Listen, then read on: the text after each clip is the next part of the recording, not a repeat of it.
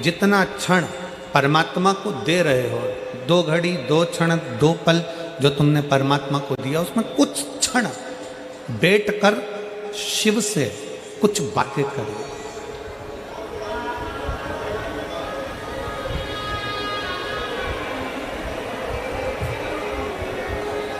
कुछ बैठ कर बातें करो।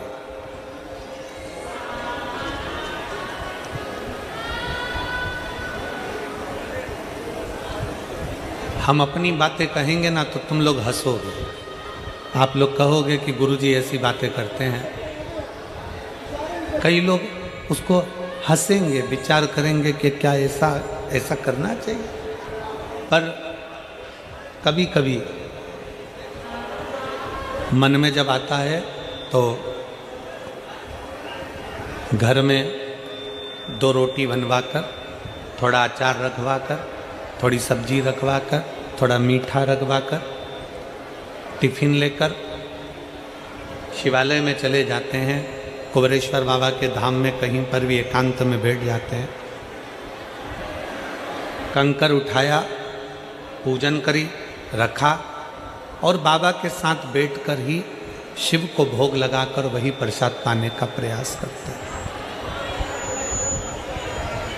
शिव को भोग लगा। एक चरित्र आता है, एक बहुत सुंदर संवाद है, जरा ध्यान दीजिएगा।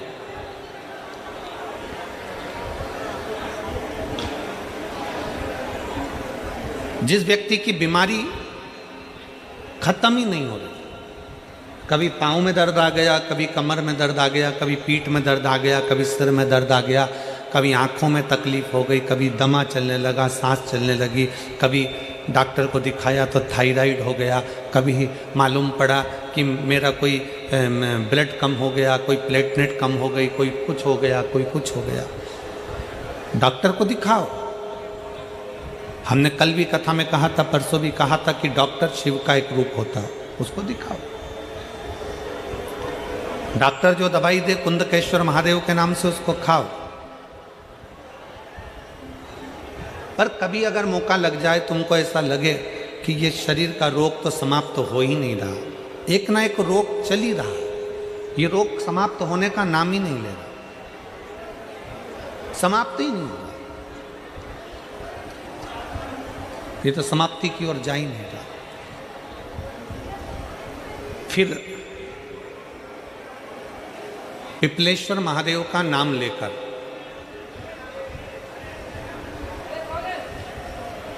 पिपलेश्वर महादेव का नाम लेकर कुछ भी मीठा जो में बना सकते हो, हलवा बना सकते हो हलवा, सीरा बना सकते हो सीरा, खीर बना सकते हो खीर, चूरमा बना सकते हो तो चूरमा, लड्डू बना सकते हो तो लड्डू, जो तुम घर में मीठा बना सकते हो, उसका केवल 7 ग्रास का अन्न। कितने ग्रास? जम के बोलो जरा। 7 ग्रास। 7 ग्रास मतलब 7 core, 7 grass. New season, new ethnic wear. Get fresh deals on Meesho. Download the app now. Shop the latest pajama का अन्न एक पात्र में ले लो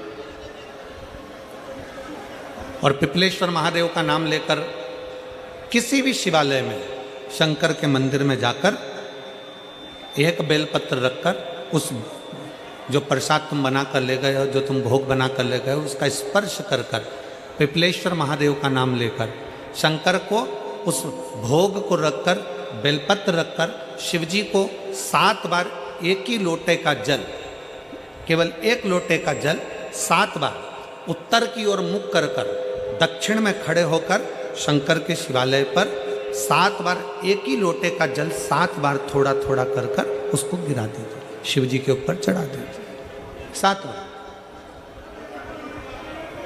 बाद में जो प्रसाद पर आपने बेलपत्र रखी है, उसी बेलपत्री को उठाकर शंकर के शिवलिंग पर चढ़ा दीजिए। बाबा को प्रणाम करिए, बाबा मेरे शरीर का रोग समाप्त नहीं हो रहा, गोलियां खा रही हूँ, दवाई खा रही हूँ, कुंदकेश्वर महादेव का नाम लेकर दवाइयाँ ले रही हूँ, पर कभी घुटना, कभी कमर, कभी आँख, कभी थायराइड, कभी कुछ, कभी बीपी, कभी शुगर, कुछ ना कुछ चल ही रहा है।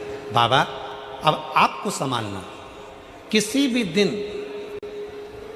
पिपलेश्वर महादेव का नाम लेकर वो चढ़ी हुई बेलपत्री लियाओ, प्रसाद लिया। घर पर आने पर जैसे ही घर के अंदर प्रवेश करो, सबसे पहले बेलपत्री को चबा चबा कर खा लो। फिर वो जो प्रसाद है, उस प्रसाद को 7 गांठ से थोड़ी थोड़ी देर में 7 बार में उसको खा लेना। बाबा देवाधिदेव महादेव का नाम लेकर, पिपलेश्वर महादेव का नाम लेकर प्रणाम कर कर जल का आचमन, हाथ की हथेली में जल लेकर 7 बार आचमन कर लीजिए और शिव का, पिपलेश्वर महादेव का नाम ले लीजिए। धीरे धीरे 15 दिन लगेंगे और 15 दिन में बीमारियां अपने आप कम होना प्रारंभ हो जाएगी और बाबा आपका हाथ पकड़कर आगे बढ़ाएंगे। शिव तत्व की प्राप्ति।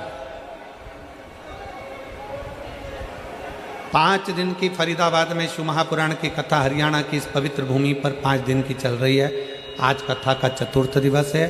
कथा के माध्यम से आज कथा की शिवरात्रि है। आज कथा की शिवरात्रि।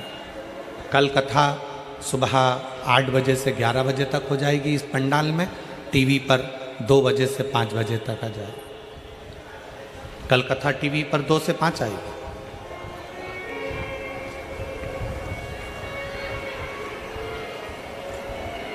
लाखों की संख्या में आप लोग आए हैं। पंडालों में जगह नहीं है। गाड़ियों के गेट खोल खोल के आप लोग बैठे हुए हो। पेड़ों की छांव में बैठे हुए हो। जहां तुम्हें जगह मिल रही है वहां बैठो।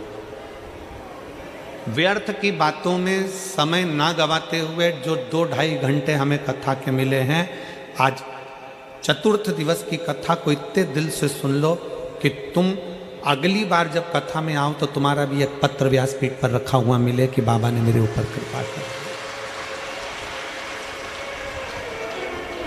कैसी भी बीमारी हो, कैसा भी दुख है, कैसी भी तकलीफ है, कैसा भी कष्ट है, कैसा भी समस्या है, पिपलेश्वर महादेव का नाम का थोड़ा सा मीठा बनाकर पूजन कर कर, बेलपत्र रखकर, शिव को जल चढ़ाकर, बेलपत्र वापस शिव के शिवलिंग पर रखकर, फिर बाबा को जल समर्पित कर बड़े भाव के साथ में बाबा के उस आनंद को, प्रसाद को लेकर आए। उसको पाइए, उसको पाइए।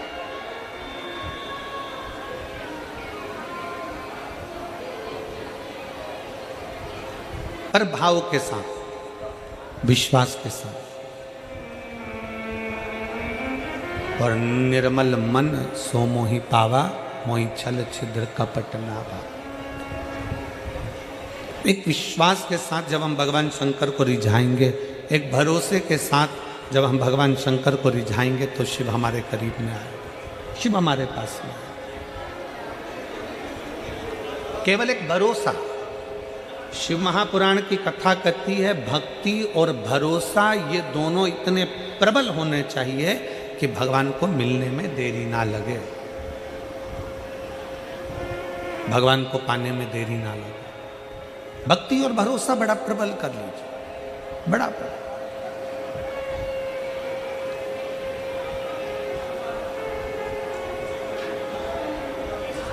जैसे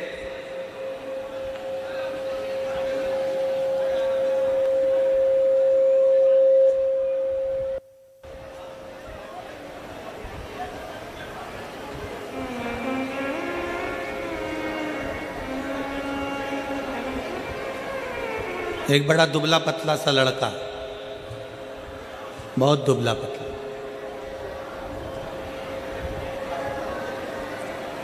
और महाराष्ट्र में कथा चल रही थी। वहां पर रक्तदान शिविर भी लगा हुआ था।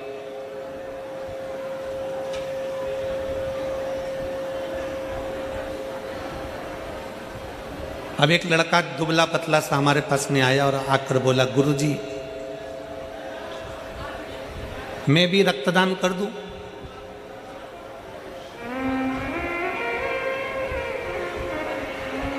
क्या मैं भी रक्तदान कर दूं? एक तो बहुत दुबला पतला, शरीर में केवल हड्डियां ही हड्डियां, थोड़ा सा मांस।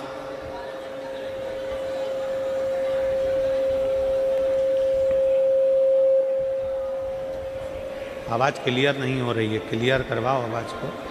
आवाज क्लियर होना चाहिए, बाहर की आवाज अंदर आ रही है। बाहर की सारी आवाज अंदर आ रही है, अंदर की आवाज नहीं है बिल्कुल भी।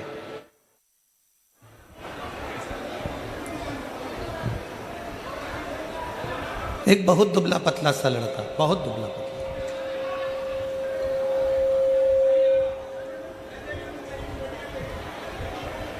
और वो दुबला पतला सा लड़का कहे गुरुजी मुझे भी रक्तदान करना है, क्या मैं रक्तदान कर सकता हूं? हमने कहा बेटा तुम्हारा मन है, खूब प्रेम से करो और करना चाहिए। तुम्हारा दिया गया रक्त कहीं ना कहीं किसी के काम आ जाए, इससे बढ़कर और क्या चाहिए।